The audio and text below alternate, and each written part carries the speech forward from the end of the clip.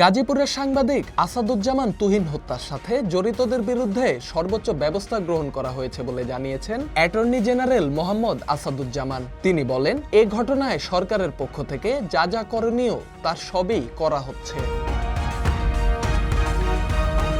দুপুরে ঝিনাইদহের শৈলকুপায় পরিবর্তন নামে একটি স্বেচ্ছাসেবী সংগঠনের আয়োজনে বৃক্ষরোপণ কর্মসূচির উদ্বোধন শেষে সাংবাদিকদের প্রশ্নের জবাবে এসব কথা বলেন তিনি।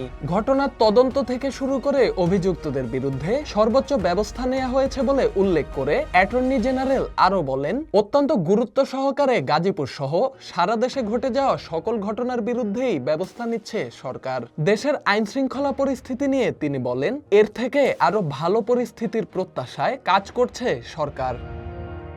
আপনারা দেখেন, তদন্ত থেকে শুরু করে তাদের বিরুদ্ধে সর্বোচ্চ ব্যবস্থা নেওয়া হয়েছে এবং দ্রুততম সময়ে নেওয়া হয়েছে। আমরা যদি কোনো অভিযোগ থাকে আমাদের পর্যন্ত আসলে আমরা তার জন্য যা যা করণীয় করব, গুরুত্বের সাথে এই বিষয়গুলোকে নিয়েছি এবং গাজীপুরের ঘটনার সাথে সাথে কিভাবে সরকার পদক্ষেপ নিয়েছে, সরকারের জায়গাতে পদক্ষেপে কোনো গাফিলতি আছে কিনা সে ধরনের অভিযোগ এখন পর্যন্ত আসেনি। সরকার যা করণীয় সব করছে, এর থেকে ভালো আমরা প্রত্যাশা করি, চেষ্টা চলে যাচ্ছে।